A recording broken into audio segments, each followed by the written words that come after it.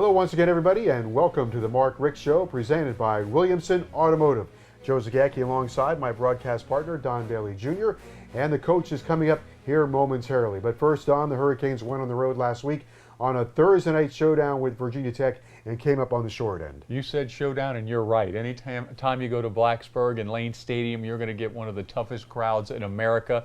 It was a great environment for college football, and Miami got into a tough contest, and they left a few plays on the field that could have made a big difference, and unfortunately, they lost the ball game. The Hurricanes had several opportunities, especially in the second half, but Virginia Tech just made one too many plays. They did, Joe, and you know, today in college football, every game is so competitive, and you have to be so careful through the game, but you can't play careful. You've got to play wide open, but those mistakes, when they add up, and the missed opportunities, especially if it's an interception that you could have taken away from the opponent or a missed opportunity for points, they usually end up catching you.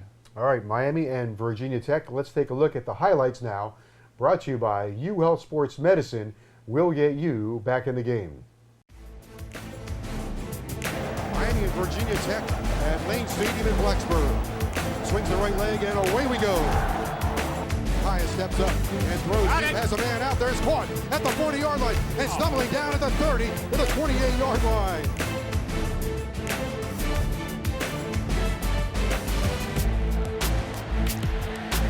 Evans throws, end zone, caught for a touchdown. Plenty of time, whistles this one out far side. It is caught, what a catch.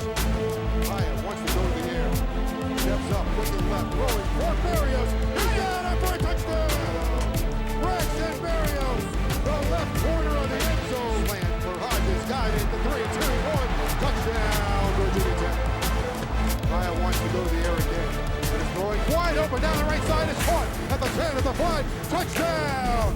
Chris Herndon wide open down the right sideline from the right hash mark. 43-yard field goal. Good snap, and the kick is blocked. Blocked by the University of Miami. Evans on the option will keep it. He's got a lot of room. 25, 20, 10. Left side 5. Touchdown, Virginia Tech. Virginia Tech 37. Miami 16. That's your final score.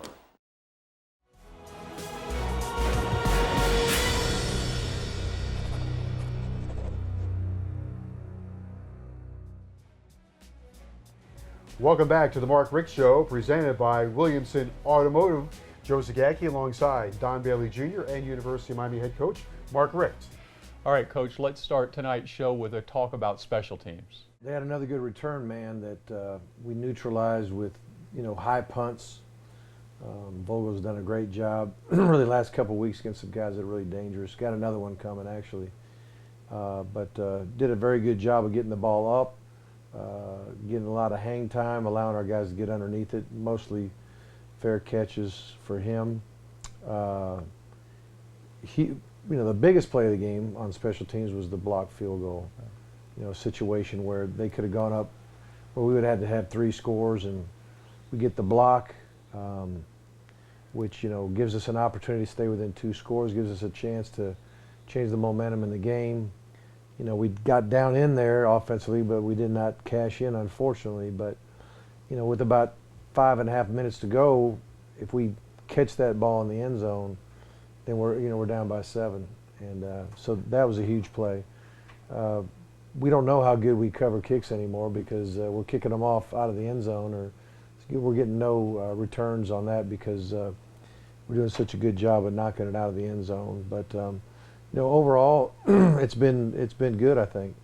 The game itself, Coach, your team, I thought, battled very hard in that game. The competition level, the competitiveness was there, and there were opportunities to win that game. But maybe just start with the effort. What did you think about the effort? Oh, I thought they played hard. That hadn't been a problem. And even some of the penalties that are after the play type penalties, piling on, hitting the guy when he's out of bounds, things of that nature. Even hitting the quarterback, which was considered late. Sometimes it's late, sometimes it's not. I think it depends on what kind of mood the official's in. But not one of those penalties would have happened if the guys weren't hustling, if they weren't playing hard. Okay, the playing hard is not the problem. The judgment is the problem. The guy's out of bounds. We can't hit him. You know, the ball's off. We can't take another step and strike the guy as much as you want to. You know, you can't, even if you know, now Norton, I was impressed with his vertical jump, you know, 300 however many pounds, you know, and he actually landed on us. He didn't land on the back, but it looked like he landed on the back, so we got a penalty for that. So, I mean, if you don't laugh a little bit, sometimes you want to cry, but we, you know, so we were given great effort on those plays, but our judgment was poor, and you know, so we've got to do a better job of that. But as far as playing hard, we don't have an issue with that. Coach, defensively, you had a lot of new faces out there. I mean, you were without Thomas, of course, and you were without Jackson, and Willis wasn't able to fill in, and but so you had a lot of young freshmen out there, and I watched Joe Jackson a little bit, and boy, I don't know if he was always in the right place, but he was hustling and trying to make something happen. Oh yeah, and you know, I saw him after the game. His head was down. He was in the tank, and he just said, "Coach, I didn't play good enough." You know, I said, "Look, son," I said, "You're a freshman. You see, you're brand new. So you're playing your tail off. You're flying around like a madman. You know, Yes. you will understand exactly what we want done and how we want it done. You know, as you get experience." And I said, "Just remember this day, because one day, you know, there'll be another puppy. You know, probably getting some playing time, and you got to be there for him. But just know that, you know, you're going to be a really special player here, and he is going to be. He's going to be something." Brad got roughed up a little bit, but he threw for over 300 yards. He made a throw, the one you mentioned, to Stacy Coley. Actually, I thought there was no chance, and that thing was within a hair's breadth of landing for a touchdown. Would have been a great throw and a tremendous catch. Well, there's one on the sideline that he threw that was a third down play. Yeah, really right before the half, I think, before we scored on that drive. And that ball, he threaded the needle, you know, from hash to the far sideline and then some. And of course, Coley went after it and made a beautiful catch on the sideline, very highly contested throw and catch. But then, like you say, the ball we threw into the end zone, you know, when I saw it on the TV copy slow motion, you could see the foot coming down in bounds, and like I don't know how close it was. You might have seen TV, but his foot's about to hit the ground, and then he gets hit or whipped, and his leg kind of swings away from being able to hit the ground.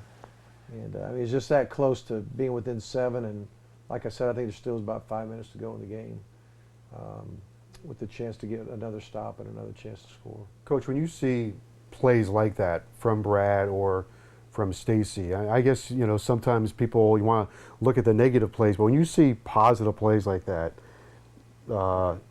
does that make you look at it in a different way? I know the result's not what you want, but when you see those plays, does it give you more hope for the next game? Oh, sure. Well, first of all, a lot of good things happen in the game. When you win, the bad things that happen, people kind of overlook. They don't think much about them. You won. Right. When you lose, then the good things that happen, you tend to kind of forget about them. You think about the bad things that happen. But you know, after every game, usually on Sunday when we meet with the team, we have what we call honor roll, and we will talk about all the great things that happened in the game, and we'll talk about you know, the negative things that happened too. But we want to kind of brag about the good things to get, you know, if you praise something, usually it gets repeated.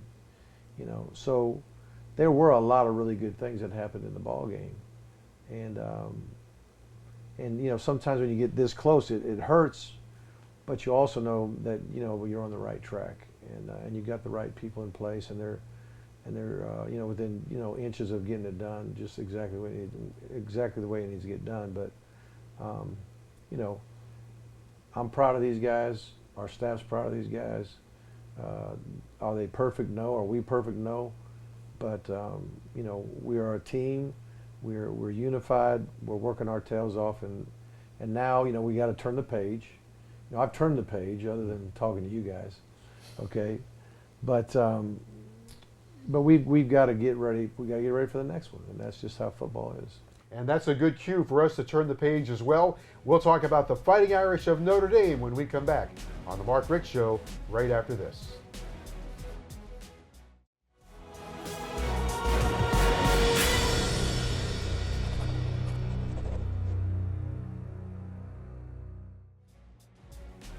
Welcome back, everyone, to the Mark Richt Show, presented by Williamson Automotive. Joe Zagacki alongside former University of Miami center and team captain Don Bailey Jr., a veteran of the Miami Notre Dame games. And coach, the Fighting Irish coming up, they are 2-5. You look at their personnel; they sure don't look like a 2-5 team to me. No, it's amazing that they are, and you know, another team that has the same record, and not to bring up anything bad, but I looked at a team that they played early in the season, Michigan State. Right. And Michigan State looked great in that game against Notre Dame, and then somehow they lose 5 in a row. And you know, that's a team that's been, you know, up in the Semifinals last year. I mean, you know, they're one of the best teams in America for who knows how long, and had, you know, been Coach D'Antonio has been there a long time and established in top 10 in preseason, and then bang, it hits them, you know, and so, but yeah, so the record, there's a lot of good teams that have lost games. I mean, only one team's going to win, and you know, so 2-5, I don't know if that makes one bit of difference. What our record is doesn't make one bit of difference. It's Miami. It's Miami versus Notre Dame. And so it's a big game for that reason. Coach, I was going through the roster and watching some of them. I mean, when you look at how they're built defensively, especially, Oh, yeah. I mean, they're on that front four. Well, they're down linemen for sure, Oh, as they big are. as anybody that we'll ever see. Yeah, they are. And you watch the tape, and there's a lot of guys grinding, trying to move them, you know, churning their feet. They're not moving. They're not. If they do, they don't move very far, and they know that. They know that. They know they can hold up pretty good without bringing a lot of pressure, without putting a lot of guys in the box. They've been able to hold up pretty good, just man on man, and defeating blocks, and again, and not getting moved. And those linebackers have made a bunch of hits because of it. You know, it's just hard. Normally, you want to double team a lineman and move him to the linebacker, second level player. When you can't move that guy, it's hard to go to the next guy. So the next guy, you know, they get, and I'm talking about linebackers, they get a lot of free shots in there because of how stout their defensive linemen are. They had a midseason personnel change, but they really didn't change their philosophy a whole lot, did they? There's a difference. Yeah. Talk about defensively. Yeah. There's a difference. You have game tape of all the games. Mm-hmm. You can study that, or you can look at all the tape since Coach Van Gorder's been gone, and there is a difference in the style of play. When you watch it all together, it doesn't really manifest itself that well. But when you sort it out by just the games after he's gone, there is a distinct difference. So they are playing just a little bit different. On the other side, Coach, they'll change out quarterbacks now. I mean, Right. I saw that against Stanford when I watched that game a little bit. So they'll rotate that. That's got to create a little bit of a challenge sometimes defensively. It does. They're still going to run certain plays for the most part. There may be a little bit more of this or that with a certain quarterback. For the most part, you know, they're going to run the same system, so it's not super drastic. But the problem is they're both talented, you know, passers, runners, guys that you know, can make big plays for them. We'll stick on their offense for a moment. Their wide receivers, they have got a bevy of receivers, and 3 or 4 of them are about 6'3" and above. So they have Right. some tall wide receivers, and I guess that would create some matchup issues, or could. It could. You know, the thing about defense, when you're playing a bigger guy like that, is you just got to stay in phase, we call it. You got to get in position to cover the guy, regardless of what the route is. And a lot of times, like, let's say it's a deep ball, and they're like, well, they're going to throw this ball high or whatever, and maybe get a jump ball over a guy who's not quite as tall. Well, what happens is, you know, if you get a guy that's not as tall, but he's got a great vertical jump, that's going to help.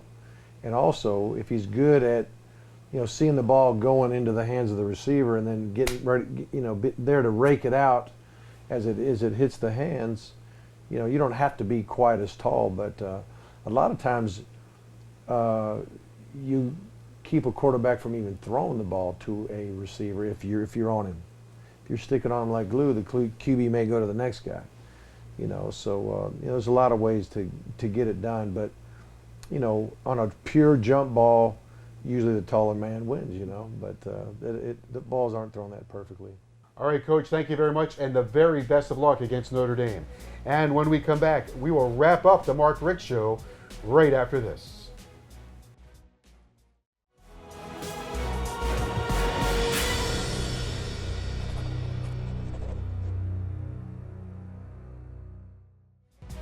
Welcome along, everyone. Joe Zagacki, Don Bailey Jr., the Mark Richt Show, presented by Williamson Automotive. Coming up on Saturday, Miami and Notre Dame from Notre Dame Stadium, a 3:30 kickoff. I don't care about the records, Don Bailey Jr. It's a juicy matchup. I'm ready to go. It's the Hurricanes and the Fighting Irish. And the Irish, you look at them on paper, they are loaded with talent. Absolutely. I mean, if you're going to count stars, they've got more stars than anybody in the country. If you're going to count blue chips, they've got more blue chips than anybody in the country. And I think what is, when I look at the tape of Notre Dame, they don't deserve this record. They are far better than just 2 wins. They should actually be undefeated with the talent that they have, the experience at quarterback, the speed at wide receiver, the size that they have at defense, Joe. And I got to tell you, having the week off before they play Miami, you don't know what you're going to get. They had a change of coordinators a few weeks ago, so now they're going to take the time to really reinvent themselves defensively, get the things fixed that they have to offensively, and it's Miami, Notre Dame. What else do you need to say? Quarterbacks are going to be center stage in this one. Deshaun Kaiser, a lot of draft experts have him going as the top pick. A lot of draft experts had Brad Kaya going as the top pick. I know the quarterbacks don't play against each other, but whichever quarterback plays well is probably going to win this game. Oh, absolutely. And I believe that, you know, you look at Brad Kaya and his ability to throw the long ball and his ability to have such great accuracy. He's going to need that. He's going to need the time to produce the big play. But if it's there, and Miami's going to have opportunities for the big play. Notre Dame has given them up so far this season, so you've just got to capitalize on it, and you can't leave any of those points on the field. And I'll say it again and again and again. That is one of the toughest places in the country to play forever. I don't think you can ever score enough points when you're on the road at Notre Dame. Hurricanes have to have an answer for Equanimeous St. Brown. He is their outstanding wide receiver. If he catches the ball on the run in stride, it's a problem. Yeah, well, it's usually 6 points. I mean, it's not a problem for him to catch it because he can. He's got great hands. He runs precise routes. He's an explosive receiver. And as you've mentioned many times, their receiving core is all long. They're all tall guys. They make it easy on the quarterback because of the catch radius that they present. What could be better than a fall afternoon at Notre Dame Stadium, the 26th meeting between the Hurricanes and the Irish? Notre Dame has won 17 times. Miami's won 7. There has been one famous 0-0 tie. We are looking forward to it. Hurricanes and the Irish, a 3:30 kickoff from South Bend, Indiana. For Don Bailey Jr. and University of Miami head coach Mark Richt, I'm Joe Zagacki. We'll see you next time right here on the Mark Richt Show. So long, everyone.